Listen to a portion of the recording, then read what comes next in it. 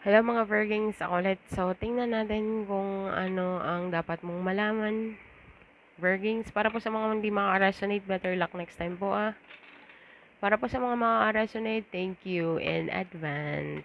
Virgings, alam nyo na po ang galawan. So, let's see.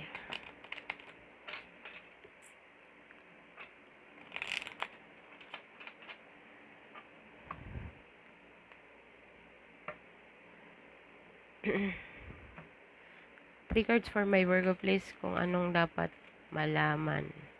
Anong dapat malaman?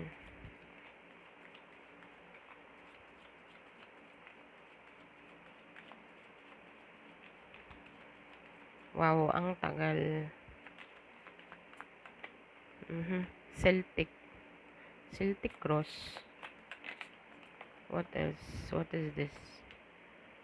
Phobia. Oh my god. Meron kang phobia, Virgo? Or someone around you? Or the person that you're connecting with? Ano pa? Tell me more. One card, please.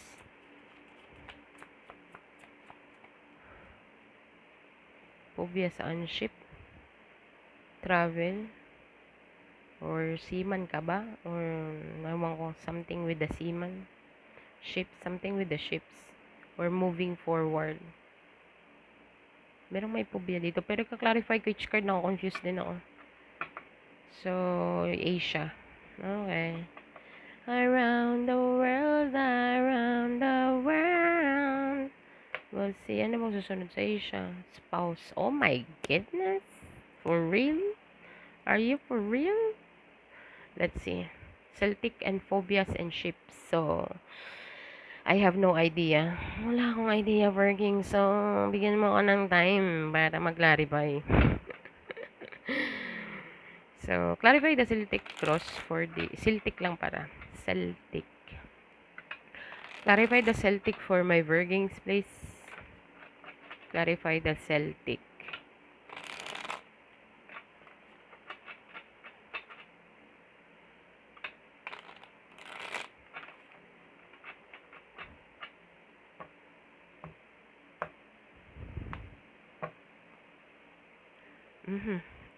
King of Pentacles. The Sun card. Okay. The Fool card. Wow. And the Hermit card. So, sa nakikita ko dito, meron dito, hindi ko alam kung... Parang feeling ko meron kang napipil na kailangan mong magsimba or kailangan mong maging devoted on something. Okay. Or kailangan mo parang nagkakaroon ka ng gusto mo pang makilala si God more. Parang feeling ko yun ang focus mo on something. Parang meron kang motivation na magbasa ng Biblia, pumunta ng simbahan, basta balik loob na sinasabi. Yun ang nakikita ko dito. Okay. Parang feeling ko um, uh, napatunayan mo na ang peace mo is only with Him or only with God. Parang feeling ko marami ka nang na-prove sa sarili mo na ang peace of mind and ang peace at saka pure love is nakukuha lang sa Kanya. Okay, so in return, para bagang with the full card, gusto mong mag-try mag-devoted or mag-devotion or something. Okay, para mag-stay grounded ka lagi, energetically. Okay, para lagi kang may peace, lagi kang happy lang.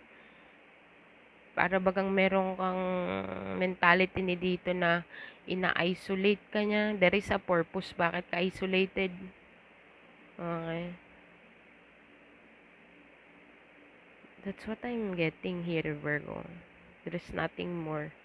Para bagang many times mo nang na-prove na ang nagpapagrounded lang sa'yo, okay, ang nagpapasaya lang, ang nagkakaroon ka lang ng peace of mind sa kanya. Siya lang ang nakakabigay nun, siya lang ang nakaka-provide. The moment na may pinagdadaanan ka, tapos iniisip mo lang siya, para bagang nakakahinga ka na ng malalim. You know something about it. Tapos parang gustong, ang tawag yan, gusto mong pumunta ng simbahan more, Basta balik loob nga. Yun ang nakikita ko dito kasi meron kayata ditong experience eh. Many times. Proven and effective mo na to. Proven mo na to how many times. The more na you are feeling down, feeling something, feeling isolated, ang nagre-reflect, ang pumapasok at ang nakikita mo dito is siya lang eh, with the Celtic cross here. Okay. So, parang feeling ko gusto mong mag-surrender, gusto mong ibigay ang all mo. Hindi ko alam kung paano mo gagawin yun. Hindi naman kasi ganun kadali, di ba? Basta balik loob ang nakikita ko dito. Balik loob. Naghahanap ka dito ng, hindi, parang feeling ko, in some point in your life, parang ang dilim. Tapos all of a sudden, nakita mo yung peace. Ang nakita mong nandun is siya lang. Si Lord lang. Tapos, para bagang ang nagpapaground sa energy mo. Kasi pag, parang feeling ko all over the place ka din eh. Kasi meron kang phobia dito. Parang marami kang trauma, marami kang phobia, takot ka, meron kang trust issue, meron kang something about phobias. Okay, ang nagpapagrounded lang sa'yo is like, si Lord lang. Doon mo nakahanap sa kanyang peace, pure love, in general. Tapos, parang in-isolate ka niya dito for a reason. Yun ang nakikita ko dito, workings. Wala na akong ibang i-explain dyan, pero bahala ka na akong magpipit-in sa'yo kung wag mo namang kung hindi magpipit-in, wag pong pilitin. Okay, so yes, yun ang nakikita ko dito sa first row. Clarify the phobias. 4 of Wands. Okay. 6 of, I told ya. Generosity card, King of Cups. Meron ka ng phobia dito sa mga ganitong issue. Meron kang couple dito, hindi ko alam kung may phobia ka regarding sa partnership or regarding sa pagpapamilya or meron kang experience before ng broken family or maybe broken family kayo, I don't know. Okay, kasi meron ka ditong ugali na giver, generosity card, oo lang ng oo, gets mo, walang boundaries, kind of thing. Meron kang couple dito. Kasi ang clarification ng phobia is 4 of Wands. 4 of Wands is all about home, it's all about family, it's all about giving and all about something. Parang feeling ko na take for granted ka dito, meron kang trust issue, yung relationship before hindi nag-work out, meron kang, I don't know, in that area. Basta yun ang nakikita ko regarding a family home. Mama, papa mo, mother and father figure dito. Nakikita mo dito walang, yung isa is generous, yung isa, pero both naman silang pero nasa phobia ka nga. So, ito ang mga phobia mo. Okay. Ito ang mga trauma mo. Wala ka namang ibang desire. Parang feeling ko trinay mo na to eh. Tapos all of a sudden, bakit nga ba? Ace of Swords. At saka 3 of Pentacles. Parang takot ka nang magsimula ulit. Takot ka nang makipag-partnership. Takot ka nang makipag-partnership ulit, Virgo. Okay.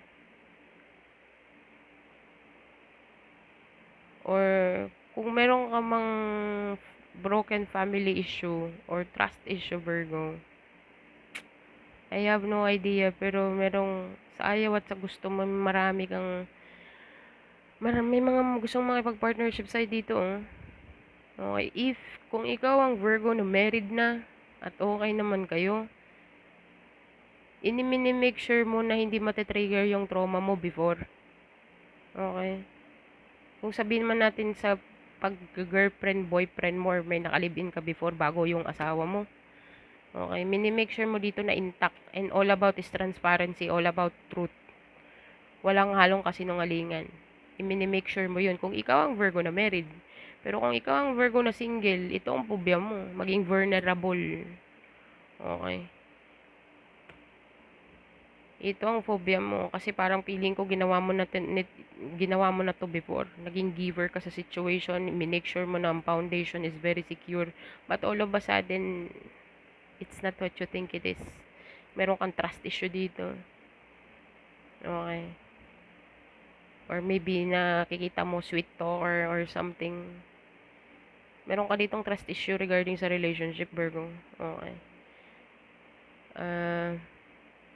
Kasi alam mo sarili mo eh. May tendency ka na, pag na-attach ka, talagang giver ka. Giver ka talaga dito. Kaya mong tumbasan kung ano man ang ibibigay sa'yo ng partner mo, o sino man yan siya. Basta meron kang trust issue regarding sa family, okay? Pero kung ikaw naman ang Virgo na may family na married na, yung mini-make sure mo na lahat is nagsasabi ng totoo. Magsimula sa anak mo, papunta sa asawa mo, papunta sa mga kung sino pa man.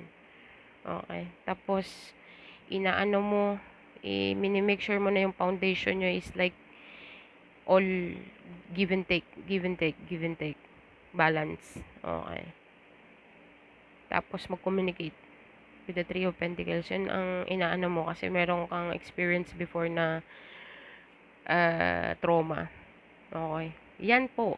Para po sa Virgo na married na. Pero kung single ka, takot ka dito. Ito ang phobia mo. To repeat the same cycle over and over and over. Kasi alam mo sarili mo pag na-touch ka, sure na giver ka talaga. You can say hindi ka hindi ka makakasabi ng no. Okay. So yun lang. Tingnan natin tong ships. Clarify the ships. Ten of Cups. Oh my goodness. Three of Wands. May nagpaplanong magbiyahe dito. Queen of Pentacles. And the Seven of Swords. Okay. So, Virging, sa nakikita ko dito sa ship, moving towards, merong travel dito. Okay, meron nagpaplanong mag-travel dito somewhere in a very sneaky way. Okay. So, surprise. You know what I mean? Merong surprise. Baka ikaw ang nagpaplano na uuwi ka, going somewhere ka na, walang nakakaalam, tapos boom. Surprise nga na sinasabi, okay. So, meron ditong, hindi ko alam kung ikaw nagpaplano mag-travel going somewhere, tapos ayaw mong ipaalam with the Seven of Swords, very sneaky. Okay. Or maybe someone na gustong mag-travel para makita ka, travel towards you. Very sneaky person, hindi niya sasabihin na uuwi siya, or hindi niya sasabihin na papunta siya sa'yo, or something. Okay. So, yun ang nakikita ko dito, Virgo, sa third row. Asia. Ano bang Asia?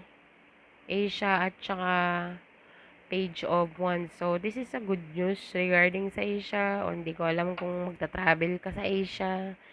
Or desire mong nasa bucket list mo ang Asia. Hindi ko alam kung saan yan. Okay, basta part ng Asia. Okay. Merong good news dito regarding Asia. Hindi ko alam kung nag-apply ka ng trabaho or gusto mong magbakasyon sa Asia or specific something in Asia kind of thing. Or you are dealing with a person, Asian person, maybe Kung Feng Xinhua or basta nasa Asia. Okay. Or meron kang may magme-message siya sa'yo na taga-Asia. I don't know, Virgo, basta yun. Hindi, alam ko nakakainis pakinggan yung magsasabi na I don't know. Hindi ko alam. 'Di ba? Nakakainis. Kahit ako naiinis kaya ako. Pero yun lang masasabi ko. Yun lang ang nakikita ko dito. Na something sa Asia na merong good news. May makikipag-communicate sa'yo. Baka nag-i-inquire ka on something. And then, good news siya para sa'yo. Okay. Good news siya. Okay, so yun ang nakikita ko dito. Tingnan natin kung anong advice, Virgings. Anong advice? What is the advice for my Virgos?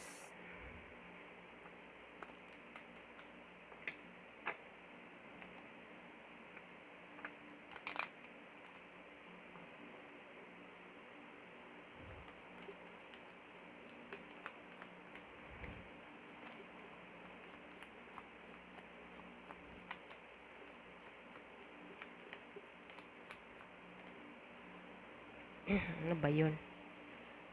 Bring love into the situation. Okay. So, kung sino man yung may phobia dyan, or kung ano man yung pinagdadaanan mo, or what or something, huwag ka namang maging bitter, Virgo. Baka out of phobia mo kasi, out of trust issue mo, nagiging bitter na ka. Okay. Or people around you or someone, I don't know. Ang hirap nga ta. Sorry lang, sorry lang. Hindi na ako magsasabi ng I don't know. Nakakainis kaya. Reader ka, I don't know. No na tayo. Sometimes, hindi naman talaga perfect eh. You are good enough. Okay. And it's time to release negativity. Oo, yung mga phobia at trust issue mo, Virgo. You're good enough. So, please lang. Okay. Step out into your comfort zone. Okay, Virgo. So, yeah. Yun ang advice sa'yo, Virgo. Bahala ka kung saan ka lalapag dyan. So, tingnan natin kung anong angel message number sa'yo. Angel message for my Virgo, please. Angel message number for my Virgo.